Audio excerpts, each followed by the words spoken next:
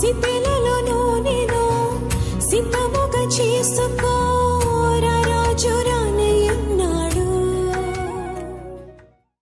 అసలు నేను ఎవరినో కనుక ఆలోచిస్తే నాకు భయం వేస్తుంది ప్రభువా. నాకు శరీర ఆకృతిని చూస్తే, నా శరీర నిర్మాణమును చూస్తే, నా నరముల యొక్క నిర్మాణమును చూస్తే, నా మెదడు నిర్మాణమును చూస్తే, నా గుండె కొట్టుకునే విధానం చూస్తే నాకు భయమును ఆశ్చర్యమును. తెలుసా నువ్వెవరవో? చాలామంది లేదు. ఏమి లేదయ్యా, పుట్టాం పెరుగుతాం చచ్చిపోతాం అంతేనా? పుట్టాం పెరుగుతాం చచ్చిపోతాం అంతేనమ్మా? నీవెవరో ఒక్కసారి తెలుసుకుంటే నీవు దేవుడిని మరింతగా స్తుతిస్తావు. నీ జీవిత విధానం ఏంటో తెలిస్తే, నీ శరీర నిర్మాణం ఏంటో తెలిస్తే, నీ అవయవాలు పనిచేసే విధానం ఏంటో తెలిస్తే నీవు దేవుణ్ణి స్తుతించకుండా ఉండలేవు. ఈ మధ్య వయస్సు అయిపోతుందేమో మాకు కదా. వయసులో ఉన్నప్పుడు పెద్దగా ఆలోచన లేదు కదా. అప్పుడు శరీరానికి గురించి పెద్దగా ఆలోచన లేదు. ఏది పడితే తినేయటం కదా. కొంతమంది ఈ ఆహార నియమాల్లో ఎప్పుడూ పాటిస్తారు తెలిసిన, కుందికట్ల గడికి వచ్చిన తర్వాత, కుందికట్ల గడికంటే చివరికి ఇక భూమిని విడిచిపెట్టి వెళ్ళిపోతున్నాం ఇంకేముందన్న తర్వాత అప్పుడు కానీ ముడి బియ్యం తినాలండి. ఏం బియ్యం? ముడి బియ్యం. ఎప్పుడు? 70 ఏళ్ళు వచ్చినాక ముడి బియ్యమా? మరి 25 ఏళ్ల వయసులో ఏం తింటా? రోజు 3 పూటల బిర్యానీ తింటావా? తిను, అట్లా తిను. మేము అట్లా తిన్నాం. మాట్లాడబాకండి అమ్మా. వయసు అయిపోయిన తర్వాత ఎప్పుడో నీ అవయవాలు నీ జీవితాన్ని తెలుసుకోవటం కాదమ్మా, ఇప్పుడే. వయసు ఉండగానే, నీ ఊపిరి ఇంకా ఉండగానే, నీ ఆరోగ్యం ఇంకా మిగిలి ఉండగానే నా దేవుడు ఎవరో, నన్ను దేవుడు ఎలా కలుగు చేశాడో, నా నా నా జీవితాన్ని నా అవయవ నిర్మాణం ఎలాగ చేశాడో ఒకసారి గ్రహిస్తే, ఒకసారి గ్రహించాడు దావీదు. భయపడి గావురమంట పారిపోయాడు. అమ్మో, నా జీవితం ఎలాంటిదా? నా తల్లి గర్భములో పిండముగా రూపించక ముందే నీ కన్నులను చూసినవా? అప్పటి నుంచి నువ్వు నన్ను చూస్తానే ఉన్నావా? పుట్టినాక చూసిన దేవుడు కాదు ఆయన, తల్లి గర్భములో ఉండగానే చూస్తున్న దేవుడు. నిన్ను చప్పట్లు కొట్టాలి ఒకసారి. తల్లి గర్భములో ఉండగానే చూస్తున్న దేవుడు నిన్న ఆయన. ప్రియులారు, ఇక్కడ చూసినట్లయితే 70 లక్షల కణాలు ప్రతిరోజు మన మెదడులో పనిచేస్తున్నాయని డాక్టర్లు అంచనా వేస్తున్నారు. డాక్టర్లు అంచనా వేస్తుంటే వాళ్ళకి అందటలా పారిపోతున్న డాక్టర్లు కూడా. ప్రియులారు, గుండె రోజుకొక 1,03,600 సార్లు, 1,03,600 సార్లు ఒక రోజులో కొట్టుకుంటుందని అంచనా వేశారు. ప్రియులరా, ఎలాంటి దేహము దేవుడు మనకి ఇచ్చాడు ప్రియులరా? ఇంచుమించు రోజులో 23,000 సార్లు మనం శ్వాస పీలుస్తున్నాం. 23,000 సార్లు. అలా శ్వాస పీల్చేటప్పుడు రోజులో 23,000 సార్లు శ్వాస పీలుస్తున్నాం మనం. నీ శరీరం మామూలు శరీరం కాదు. ఇది ఒక డిజైన్, ఒక దేవుని యొక్క జ్ఞానముతో డిజైన్ చేయబడిన శరీరం ఇది. ప్రతి పార్ట్ దేవుడు డిజైన్ చేసినటువంటి భాగము నీది. ఎంత విలువైంది! విలువ పెట్టి కొన్నదానవు నీవు. ఎవరో తెలుసునా? నీవు విలువ కలిగినటువంటి వ్యక్తివి. నీకేం విలువ లేదనుకోబాకు. మాకేం విలువ లేదండి ఆ సమాజంలో. కాదు, నీవు విలువ పెట్టి కొనబడిన దానవు. చాలా విలువైనటువంటి వ్యక్తివి నీవు. ఇశ్రాయేలు, నీ భాగ్యం ఎంత గొప్పది! యేసు రక్తములో కడగబడినటువంటి నీవు విలువ పెట్టి కొనబడిన దానవు. నీకు ఒక విలువ ఉంది. మార్కెట్లో పెడితే నీ విలువ చాలా గొప్పది ప్రియులారా. రేపు పరలోక రాజ్యానికి వెళితే నిన్ను విలువైన దానిగా చూస్తాడు దేవుడు. చీపుగా చూడ దేవుడు మనల్ని. మనుషులకు వేళ నిన్ను తేలిగ్గా చూస్తే చూడవచ్చునేమో, కానీ దేవుని దృష్టిలో యేసు రక్తంలో కడగబడి రక్షణ పొందిన నీవు దేవుని దృష్టిలో విలువైనటువంటి వ్యక్తివి నీవు. యేసు రక్తంలో కడగబడి, యేసు రక్తంలో కడగబట్టం కాదు, ఆయన రక్తంలో కొనుక్కున్నాడు దేవుడిని. ఆయన విలువతో కొనుక్కున్నాడు. ఏ విలువ అంటే రక్తం యొక్క విలువతో కొనుక్కున్నాడు దేవుడిని. ఎంత విలువైనటువంటి వ్యక్తివి ప్రియులరా. మన ఆలోచనలంట ఒక రోజుకి సగటున మానవుడు తన మనసులో ఆలోచనలు 10,000 ఆలోచనలు కంటే ఎక్కువ ఆలోచనలు వస్తాయంట. ఒక ఆలోచన రాగానే దాని వెంట మరొక ఆలోచన. ఒక రోజులో 10,000కి మించిన ఆలోచనలు చేయగలడు మానవుడు. ఎలాంటి కంప్యూటర్ కంటే మించినటువంటి మనసుని ఇచ్చాడు దేవుడు. మానవుని యొక్క మెదడులో మానవునికి ఇచ్చినటువంటి మనస్సు, దాని యొక్క శక్తి, దాని పవర్ ఎంతంటే 10,000కు మించిన ఆలోచనలు ఒకే మనిషి రోజుకి చేయగలడు. ఎంత ఆలోచనలు ప్రియులారా! ఈ ఆలోచనలో మంచి ఆలోచనలు ఉన్నాయి చెప్పండి. ఒక కుటుంబాన్ని బాగు చేసే ఆలోచనలు ఉన్నాయి, ఒక కుటుంబాన్ని నిలువున ఆర్పివేసే ఆలోచనలు కూడా అదే మానవుడికి ఉన్నాయి ప్రియులారా. ఎంత భయంకరమైన పరిస్థితి! ఎలాంటి శరీరాన్ని ప్రభువు నీకు ఇచ్చాడు ప్రియులారా! ఒక మనుషుడు రోజుకి 25,000 మాటలు మాట్లాడగలడంట. కంప్యూటర్ కాదమ్మా, ఎవరు? ఒక మనిషి, సగటు మనిషి 25,000 మాటలు మాట్లాడగలిగిన శక్తిని ప్రభువు నీకు ఇచ్చాడు. నీ శరీరం ఎంత గొప్పది! అందుకంటాడు, భయమును ఆశ్చర్యమును పుట్టుచున్నది నీవు నన్ను కలుగజేసిన విధము చూడగా. దేవుడు మనల్ని ఎంత ఒక ఆలోచనతో చేశాడో నిన్ను, ఆయన ఉద్దేశం ఎంత గొప్పదో నిన్ను చేయటంలో, నీ జీవితం వెనుక ఆయన చిత్తం ఎంత దాగి ఉన్నదో గుర్తు చేసుకున్నావా? కనుకనే నిన్ను దేవుడు కోరుకుంటున్నాడు, నీవు నా సన్నిధికి రమ్మని. నరపుత్రుడా, నీవు నా సన్నిధికి రా. ప్రియులరా, దేవుడు వీటన్నిటితో పాటుగా మనకి ఎంత అందాన్ని ఇచ్చాడు దేవుడు. ప్రతి ఒక్కళ్ళు ఈ లోకంలో అందగాళ్లే. ఇక్కడ ఉన్నవాళ్ళు ఎవరు అందం లేని వాళ్ళు ఎవరు లేరుగా. అందరికీ అది ఏం బాగాదనుకుంటే ఒక సైడ్ నుంచి చూస్తే అందంగా ఉంటుందంట మనిషి. ఒక సైడ్ నుంచి చూస్తే అందం లేని మానవుడు లేడంట అసలు. ఎందుకని? ఎవరి రూపం మంది? ఎవరి రూపం మందమ్మా? కాబట్టి ఏమి గర్వపడద్దు, నీ రూపం దేవుడిది కాబట్టి అందంగానే ఉంటావు. నేను చాలా అందగత్తిని అనుకోబాకు, అట ఇరుసుకుని నడవబాకు. నీ అందం ఎవరిది చెప్పాలి? దేవుని రూపమే కదా నీది. ఆయన రూపములో ఒక ఆయన తిడతంటే ఒక మనిషిని వెళ్ళి గబుక్కుని లాగి పట్టుకుని, తిట్టబాకవయ్యా, నీకేంటి సంబంధం అన్నాడు. లేదయ్యా, ఆయన ఎవరంటే దేవుని రూపంతో ఉన్న మనిషి అయినా, నువ్వు ఆయన తిట్టబాకు. నేను ఆ వ్యక్తిని తిడతంటే నీకేంటి సంబంధం అని అడుగుతుంటే ఆయన అంటాడంట, నీవు తిట్టి వ్యక్తి ఎవరు అనుకుంటున్నావు?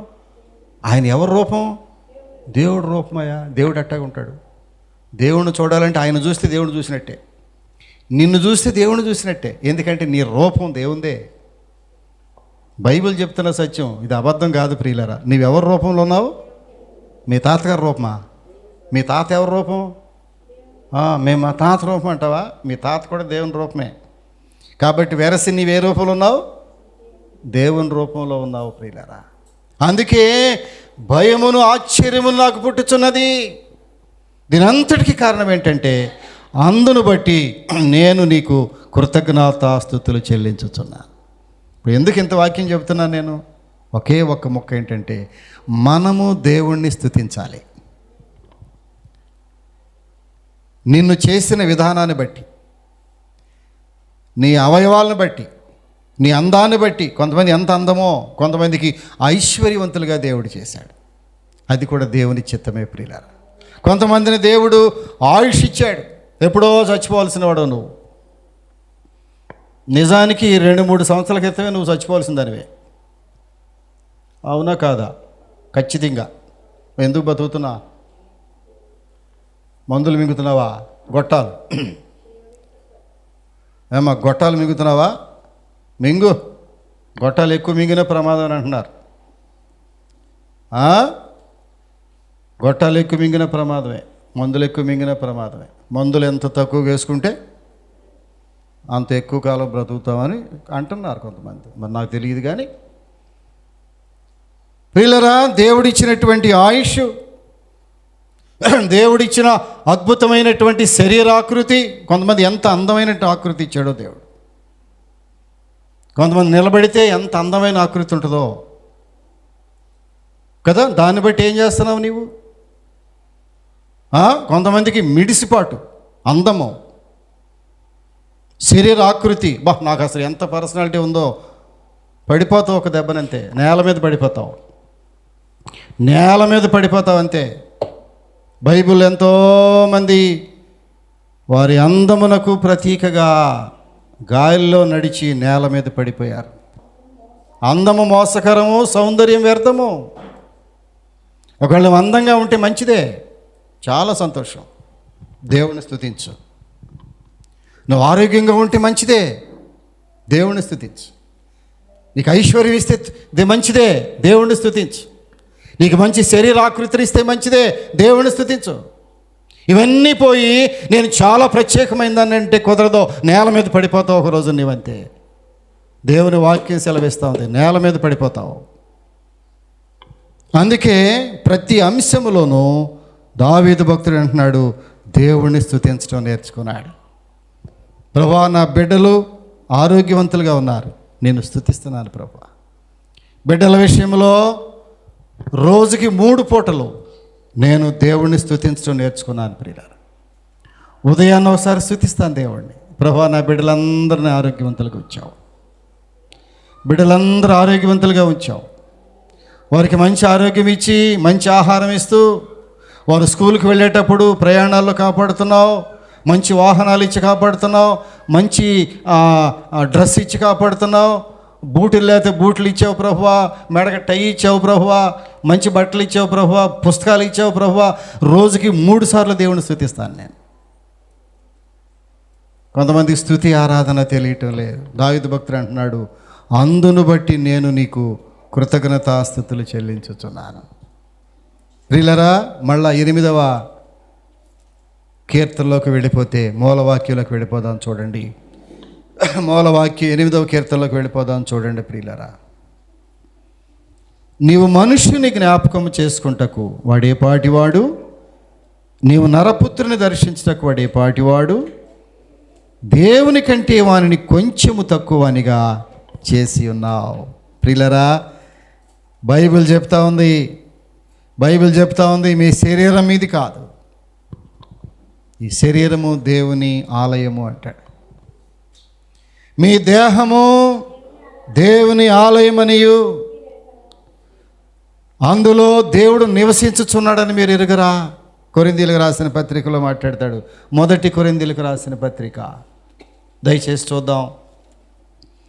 అపోస్తలుడైన పౌలు గారు 1 కొరింథీయులకు రాసిన పత్రిక 3వ అధ్యాయం 16వ వచనం జ్ఞాపకం చేసుకోగలిగితే, మీరు దేవుని ఆలయమై ఉన్నారనియు దేవుని ఆత్మ మీలో నివసించుచున్నాడనియు మీరు ఎరుగరా. మీరు దేవుని ఆలయమై ఉన్నారు. ఈ ఆలయమును పాడు చేయకుండా ఉండాలంటాడు. ప్రియులారా, నీ శరీర ఆకృతి అది దేవుని ఆలయముతో పోల్చాడు. దేవుని ఆలయం ఎంత పరిశుద్ధమైందో ఆ ఆలయమునకు ప్రతిరూపంగా ఉన్న నీ శరీరము కూడా, నీ దేహము కూడా దేవుని యొక్క ఆలయముగానే భావించుకోవాలి కదా. దేవుని ఆలయాన్ని అంత పరిశుద్ధంగా భావించే నీవు, నీ దేహము కూడా దేవుని ఆలయమే, గుర్తుపెట్టుకో. ఈ దేహము నీది కాదు, ఈ దేహము దేవుని ఆలయము, అది నీది ఎంత మాత్రము కాదు. దేవుని మందిరంలోనికి చెప్పులు లేకుండా రావాలనేటటువంటి ఆలోచన నీకు ఉన్నప్పుడు నీ దేహాన్ని ఎంత పరిశుద్ధంగా కాపాడుకోవాలి, ఆ దేహములోకి వెళ్ళేవి ఎంత జాగ్రత్తగా కాపాడుకోవాలి, ఆ దేహమునకు అంటుకున్నటువంటి మలినములను ఎంత జాగ్రత్తగా కడుక్కోవాలి. ప్రతిరోజు కడుగుతున్నావా? నీ దేహమును, నీ హృదయమును ప్రతిరోజు యేసు రక్తములో కడుగుతున్నావా? నీ దేహము దేవుని ఆలయమై ఉన్నదనియు దేవుని ఆత్మ మీలో నివసించుచున్నాడనియు మీరు ఎరుగరా. ఎవడైనను దేవుని ఆలయమును పాడు చేసిన ఎడల దేవుడు వానిని పాడు చేయను. ప్రియులారా, కొంతమంది దేవుడిని ఎప్పుడు స్తుతిస్తున్నారంటే అన్ని ఆరోగ్యం అంతా క్షీణించిపోయిన తర్వాత, వారి వృద్ధాప్యములో 50-60 సంవత్సరాల వయసు వచ్చే వరకు కూడా ఇష్టానుసారముగా తిరిగి, ఇష్టానుసారంగా శరీరాన్ని వాడుకుని, ఇష్టానుసారంగా తన సమయాన్ని వాడుకుని, ఇష్టానుసారంగా తన డబ్బును వాడుకుని, దేవుడిచ్చిన ప్రతి అంశమును ఇష్టానుసారంగా వాడుకుని 60-70 వయసు వచ్చినప్పుడు ఎప్పుడో వృద్ధాప్యములో ఆ కుందికట్ల కాడికి వచ్చిన తర్వాత ప్రియులరా అప్పుడు చర్చి కావాలని చర్చి వైపు వస్తున్నారు. ప్రియుల చాలామంది చర్చిలకు ఎప్పుడు వస్తున్నారు? దేవుని మందిరానికి అంత అయిపోయిన తర్వాత, వృద్ధాప్యంలో కదా. వారి శరీరంలో ఉన్నటువంటి బలమంతా క్షీణించిపోయిన తర్వాత, ఆ బలమంతా కూడా రోడ్ల మీద పారబోసిన తర్వాత, ఆ బలమంతా కూడా ఆ పరుల చేతుల్లోకి ఇచ్చేసిన తర్వాత, ఇక ఆ కట్టిలాగా మిగిలిపోయిన తర్వాత అప్పుడు వస్తున్నావు చర్చికి. ప్రయోజనం లేదు. బైబిల్ ఒక మాట ఏమో తెలిసిన ప్రియులరా, ఇర్మియా గ్రంథము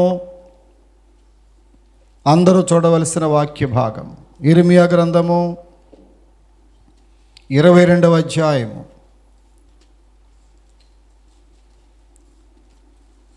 ఇర్మియా గ్రంథము 22వ అధ్యాయము 21వ వచనములో చూద్దాం. నీ క్షేమకాలములలో నీతో మాట్లాడి తిని కానీ నేను విననని నీ వంటివి. మళ్ళా చదువుతున్నాను. నీ క్షేమకాలములలో నీతో మాట్లాడి తిని కానీ నేను విననని నీ వంటివి. నా మాట వినకపోవుటే నీ బాల్యం నుండి నీకు వాడుక. నా మాట వినకపోవటే నీ బాల్యం నుండి నీకు వాడుక. నీ క్షేమకాలములలో నీతో మాట్లాడి తిని కానీ నీవు వినలేదు. ఓ పాస్టర్ గారు నన్ను ఒక యవ్వన దశలో నన్ను ఎదుర్కొని నాతో హెచ్చరించాడు. ప్రియుల నిండు యవ్వనములో ఉన్నప్పుడు, చాలా బలముగా ఉన్నప్పుడు, ఆరోగ్యవంత బ్రహ్మాండంగా ఉన్నప్పుడు పాస్టర్ గారు నాతో మాట్లాడాడు. ఒక చిన్న మొక్క కూడా నేను వినలేదు ప్రియులారా, ఒక చిన్న మాట కూడా వినలేదు. బైబిల్ ఎంత చేటగా చెప్పిందమ్మా, నీ క్షేమకాలములలో నీతో మాట్లాడి తిని కానీ నేను విననని నీ వంటివి. జాగ్రత్త, ఈ మాట వినాలి దయచేసి. మళ్ళీ ఈ మాట దొరుకుద్దో లేదో చెప్పలేను నీకు నేను. ఈ మాట మళ్ళా దొరకవచ్చు. జాగ్రత్తగా విని మాట. నీ ఆరోగ్యము బాగున్నప్పుడు చెబితే వినలేదు నీవు. నీ క్షేమకాలములో, బైబిల్ చూడండి, నీ క్షేమకాలములో నీతో మాట్లాడితే నీవు వినలేదు. నీవు అన్నీ బాగున్నప్పుడు వినలేదు, కుటుంబం బాగున్నప్పుడు వినలేదు, నీ బిడ్డల విషయంలో నేను చెప్తున్న మాట ఎప్పుడు వింటలేదు. నీవు నీ కుటుంబ విషయంలో హెచ్చరిక చేస్తుంటే వింటలేదు, నీ భర్త విషయంలో హెచ్చరిక చేస్తున్నా వింటం లేదు. నీవు నీ వ్యక్తిగత జీవిత విషయంలో అనేకసార్లు హెచ్చరిక చేస్తున్నావు. ఈ మెర్సీ ప్రార్థన మందిరంలో నీ వింటలేదు. ఒకవేళ ఆఖరిగా చెప్తున్నాడేమో దేవుడు నీకు ఇది. నీ క్షేమకాలములో నీతో మాట్లాడి తిని కానీ నేను విననని నీ వంటివి. ఎంత భయంకరమైన మాట ఇది.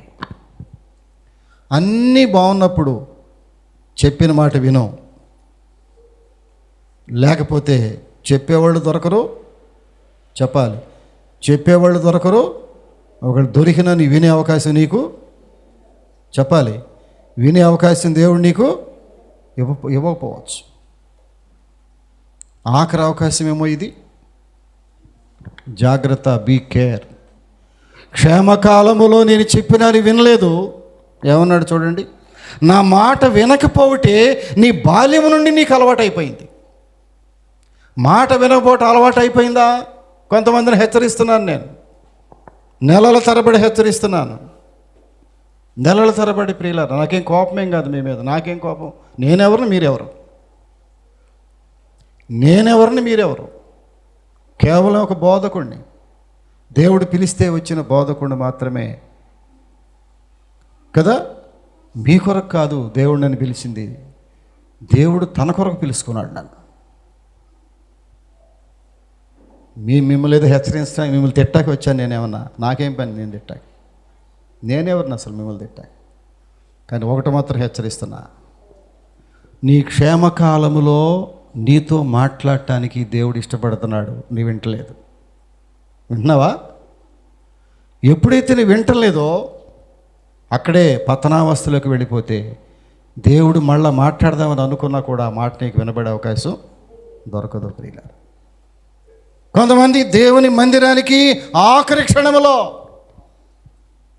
అన్నీ పోగొట్టుకుని, ఏమీ లేదు ప్రభువా, రిక్తహస్తాలతో ఉన్నాను నేను, ఒట్టి చేతులు. అన్నీ ఉన్నప్పుడు కనబడవు, అసలు నీవు అన్నీ ఉన్నప్పుడు కనబడవు, ఆరోగ్యం బాగున్నప్పుడు కనబడవు నీవు, చేతిలో డబ్బు ఉన్నప్పుడు కనబడవు నీవు, ఇంటి నిండా సదుపాయాలు పడి కనబడవు నీవు. జాగ్రత్త ప్రియులరా, దేవుని వాక్యం బలముగా చెప్తున్నాడు. అది బహుశా నీకోసమేనేమో. ఈరోజు వాక్యం నీ కొరకేనా అనుకుంటున్నాను నేను. నీకేనా?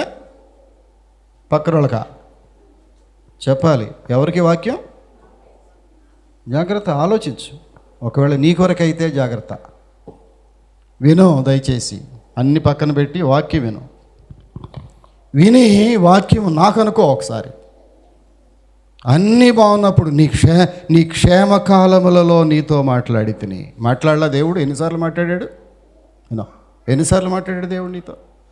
ఎంతమంది సేవకుల ద్వారా మాట్లాడాడు దేవుడు నీతో? ఒక సేవకుడిగా ఎన్నిసార్లు హెచ్చరించాడు దేవుడు నిన్ను? దేవుణ్ణి స్తుతించాలని మర్చిపోతే ప్రియులారు ఇక్కడ మాట్లాడుతున్నాడు. ప్రసంగి గ్రంథకర్త అంటాడు. ఒక్క మాట చూద్దాం, ఇది కూడా చూసి ముగించుకుందాం. ప్రసంగి గ్రంథకర్త 12వ అధ్యాయంలో అంటాడు. ప్రసంగి గ్రంథము 12వ అధ్యాయం మొదటి 2 వచనాలు చూస్తే, దుర్దినములు రాకముందే, బాగా ఈ వాక్యం చూడాలి మీరు. దుర్దినములు రాకముందే ఇప్పుడు వీటి యందు నాకు సంతోషము లేదు అని నీవు చెప్పు. సంవత్సరములు రాకముందే. త్వరగా చదువుతున్నానా? అర్థం కావట్లేదా? మళ్ళీ వెనక్కి వెళ్ళనా? దుర్దినములు రాకముందే, అమ్మా దుర్దినములు వస్తున్నాయి అంటే బైబిల్ చెప్తుంది దుర్దినములు వస్తున్నాయి, భయంకరం దినములు రాబోతున్నాయి, కనీసం భోజనం దొరకని దినాలు రాబోతున్నాయి, ఆరోగ్యం దొరకని దినాలు రాబోతున్నాయి, నిలువ నీడలేని రోజులు రాబోతున్నాయి. ఇప్పుడు వీటి యందు నాకు సంతోషము లేదని నీవు చెప్పు. సంవత్సరములు రాకముందే, తేజస్సునకును సూర్య చంద్ర నక్షత్రములకును చీకటి కమ్మకముందే, వాన వెలిసిన తర్వాత మేఘములు మరలా రాకముందే, నీ బాల్య దినముల యందే నీ సృష్టికర్తను స్మరణకు తెచ్చుకొనుము. ముసలాడైన తర్వాత చెప్పాలి ఇప్పుడు వాక్యాన్ని. ముసలాడైన తర్వాత చర్చ ఎప్పుడమ్మా? చర్చ ఎప్పుడు? చెప్పు ఒకసారి. ఎప్పుడు చర్చ? ఎప్పుడు? నీ బాల్య దినముల యందే. దేవుని మందిరం ఎప్పుడు కావాలి మనిషికి? రిటైర్డ్ అయిన తర్వాత. నాకులాగా కాదు. బాల్య దినముల యందే చర్చ ఎప్పుడు కావాలి? యవ్వన దినమందే.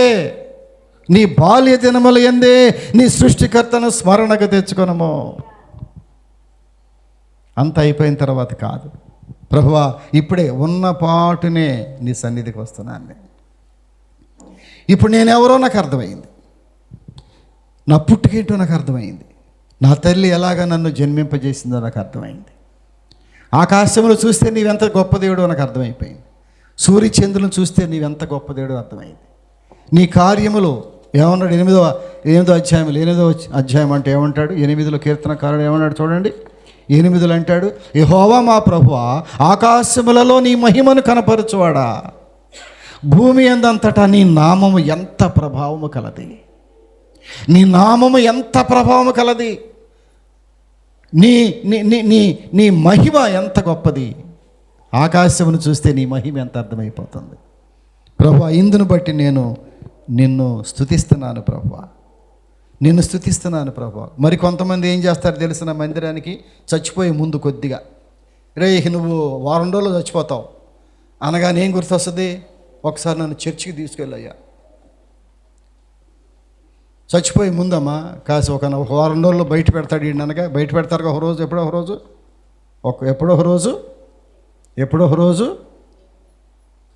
ఒక రోజు అయిపోయింది. అసలు మాట రాట్ల నోట్లో నుంచి. ఎప్పుడో ఒక రోజు బయట పెడతారు. అప్పుడు నన్నే ఒక్కసారి చర్చికి తీసుకెళ్ళయ్యా అంటావా? నన్ను ఒక్కసారి చర్చికి తీసుకెళ్ళయ్యా, అటు వెళ్ళే బదులయ్యా, చర్చి నుంచి అటు తీసుకెళ్తే ముందు నా చర్చిలోకి తీసుకెళ్ళబోద్దు నన్ను అంటావా? చివరిలో జాగ్రత్త, నీ క్షేమకాలములో నేను నీతో మాట్లాడితేనే నీవు విన్నావు. నీ క్షేమకాలములో నేను నీతో మాట్లాడితేనే నేను వినను అన్నావు. నీవు ఎంత బాధపడుతూ చెప్తున్నాడు దేవుడు, నేను వినను అన్నావు. అంతే, ఎంత మూర్ఖులం మనం. దేవుని వాక్యానికి ఎదురుతిరిగే వారులారా మనం ఎంత మూర్ఖులము. దేవుని వాక్యం ఎంత స్పష్టముగా, ఎంత తేటగా నీతో మాట్లాడుతుంటే ఎంత మూర్ఖత్వం నీలో దాగి ఉంది. నాది కాదు ఇది వాక్యము, నేను గొప్పదాన్ని, చాలా పరిశుద్ధురాలని, నాకు వాక్యం అంతా తెలుసు, బాగా ప్రార్థన చేస్తాను, నీతిమంతురాలను. మా జీవము ఏ పాటిది ప్రభువా? దావీదు భక్తుడు ప్రార్థన చేస్తున్నాడు. మనం కూడా చేద్దామా ప్రార్థన? కళ్ళు మూసుకోండి దయచేసి. ప్రభువా నేను ఏ పాటి వాడను? కళ్ళు మూసుకోండి దయచేసి, తలలు వంచండి. ప్రభువా నేను ఏ పాటి వాడను? నీవు కలుగజేసిన చంద్ర నక్షత్రములను చూడగా నీవు మనుష్యుని జ్ఞాపకం చేసుకోవటానికి ప్రభువా నేను ఏ పాటి వాడను? ఒక్కసారి నోరు తెరు. నేను ఏ పాటి వాడను? నేను ఏ పాటి దానను ప్రభువా? నేను ఏ పాటి దానను? నా శక్తి ఏ పాటిది? నా బలం ఏ పాటిది? నా జ్ఞానం ఏ పాటిది? నా శరీరం ఏ పాటిది? నేను ఎంత బలహీనరాలను? ప్రార్థన చేస్తున్నాం. ప్రార్థన ప్రార్థన ప్రార్థన ప్రార్థన ప్రార్థన.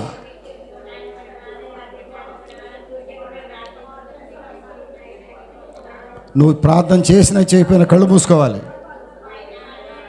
నేను ఏ పాటిదానను ప్రభువా? నీవు మనుషుని జ్ఞాపకం చేసుకోవటానికి వాడే పాటివాడు? ఆకాశంలో నీ మహిమను కనపరచువాడా? భూమి అందంతటా నీ నామము ఎంత ప్రభావము కలది. నీ నామము ఎంత ప్రభావము కలది. నీవెంత గొప్ప దేవుడవు. ఆకాశం ఏంటి, భూమి ఏంటి, సముద్రం ఏంటి, నక్షత్రాలేంటి, నువ్వు కలుగజేసిన విధానము, నా శరీరాన్ని ఎట్లా చేసావు నీవు, ప్రతి అవయవాన్ని ఎలా చేసావు నీవు, నా తల్లి గర్భములో నన్ను పిండముగా ఎట్లా చేసావు నీవు,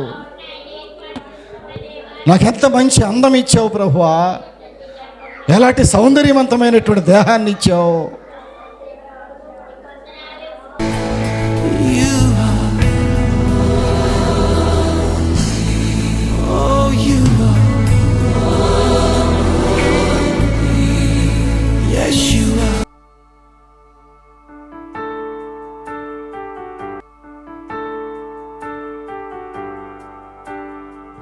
పరిశుద్ధుడా, ప్రేమ కలిగిన స్వామి, పరిశుద్ధ పాదములకు వందనాలు, స్తోత్రాలు. ఆకాశమందు నీ ప్రభావాన్ని చూపుతున్న గొప్ప దేవుడవు ప్రభా. ఆకాశంలో నీ మహిమను కనపరచువాడా, భూమి అందంతటా నీ నామం ఎంత ప్రభావం కలది. నీ మనుషుని జ్ఞాపకం చేసుకోవటం ఏ పాటివాడు, నీవు నరపుత్రిని దర్శించడం ఏ పాటివాడు. ప్రభా మమ్మల్ని ప్రతిరోజు జ్ఞాపకం చేసుకుంటున్నావు, మేమే మిమ్మల్ని జ్ఞాపకం చేసుకోలేకపోతున్నాం. మమ్మల్ని దయతో క్షమించండి. మిమ్మల్ని స్తుతించవలసినంతగా మేము స్తుతించలేకపోతున్నాం, మిమ్మల్ని గణపరచనంత వలసిందిగా మేము గణపరచలేకపోతున్నాం. ప్రభా మాకు ఇచ్చిన ఆరోగ్యము, మాకు ఇచ్చిన ఆయుష్, మాకు ఇచ్చిన ఐశ్వర్యము, మాకు ఇచ్చిన సమస్తాన్ని బట్టి మా హృదయం అంతటితో మిమ్మల్ని స్తుతిస్తున్నాం. బిడ్డలెంతో పశ్చాత్తాపంతో ప్రార్థించారు ప్రభు, వారి ప్రార్థన వింటున్నందుకు మీకు స్తోత్రం. ప్రతి వారి ప్రార్థన ఆలకించావు, ప్రతి వారి మరొక ప్రతిఫలం ఇస్తున్నావు, నీకు వందనాలు.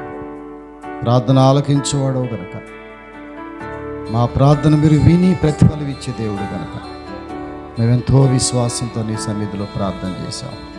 ప్రార్థనకు ప్రతిఫలం దయచే, విన్న వాక్యానికి ముద్ర వేయించు. యేసు నామములో అడుగుచున్నాము తండ్రి, ఆమేన్.